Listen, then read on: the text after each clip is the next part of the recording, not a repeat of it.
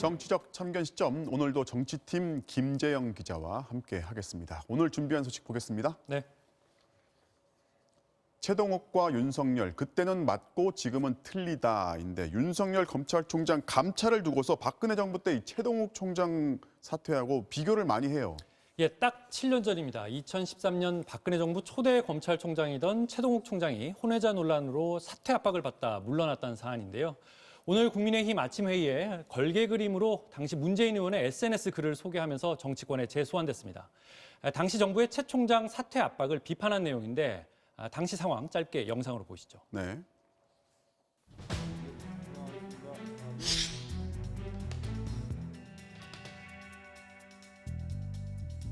감찰 지시하신 이유가 있나요?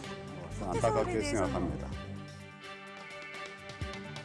짧은 기간이지만 오로지 법과 원칙에 따라서 우리 검찰을 제대로 이끌어가기 위해서 최선을 다했다고 자부합니다. 자, 이때 상황을 좀 정리를 해보면요. 박근혜 정부가 들어섰을 때 검찰총장이 한상대예요. 이명박 정부가 임명했던 사람이죠. 한 총장은 이른바 검란 사태로 물러났고 최동욱 총장이 박 정부 첫 총장으로 들어섭니다. 그런데 임명된 지 반년도 안 돼서 이른바 혼외자 사건으로 사퇴 압박을 받았는데요. 그렇죠. 당시 야당이었던 민주당은 검찰이 박 정부 출범에 연루된 국정원 댓글 개입 사건을 검찰이 수사하니까 총장을 찍어낸 거 아니냐며 강력 반발했는데 네. 지금의 여야와는 상반된 모습이죠. 그때 상황, 요즘과 비교해서 들어보시죠. 네.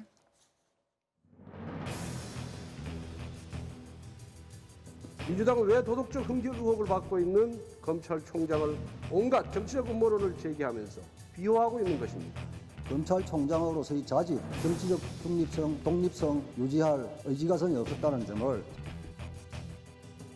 너무하는 건 아닙니까?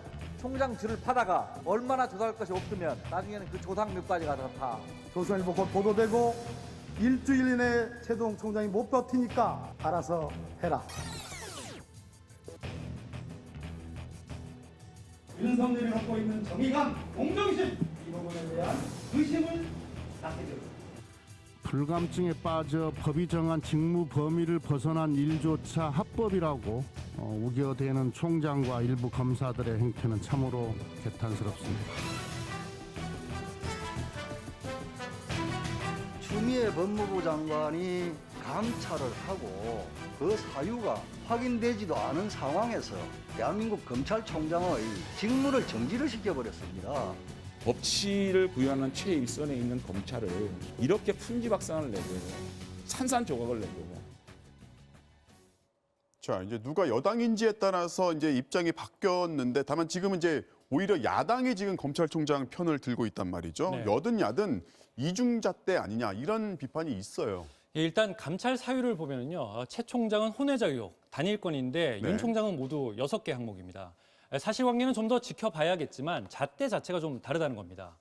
최 총장은 도덕성, 그러니까 사생활에 흠결이 있다면 검찰 수사를 제대로 할 수 있겠냐라고 따지는 게 적절했냐라는 논란이 있었는데 윤 총장은 재판부 불법 사찰처럼 내용이 직간접적으로 수사 관련 사안이란 겁니다.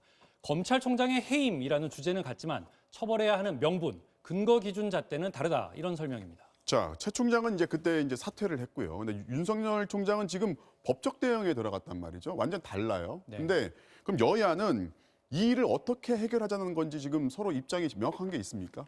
사실 계속 바뀌고 있습니다. 이 문제로 국정조사를 하느냐 마느냐를 두고 어제 오늘 여야 공방이 이어졌는데 직접 들어보시죠. 네. 윤 총장의 혐의는 충격적입니다. 법무부의 규명과 병행해 국회에서 국정조사를 추진하는 방안을 당에서 검토해 주시기 바랍니다.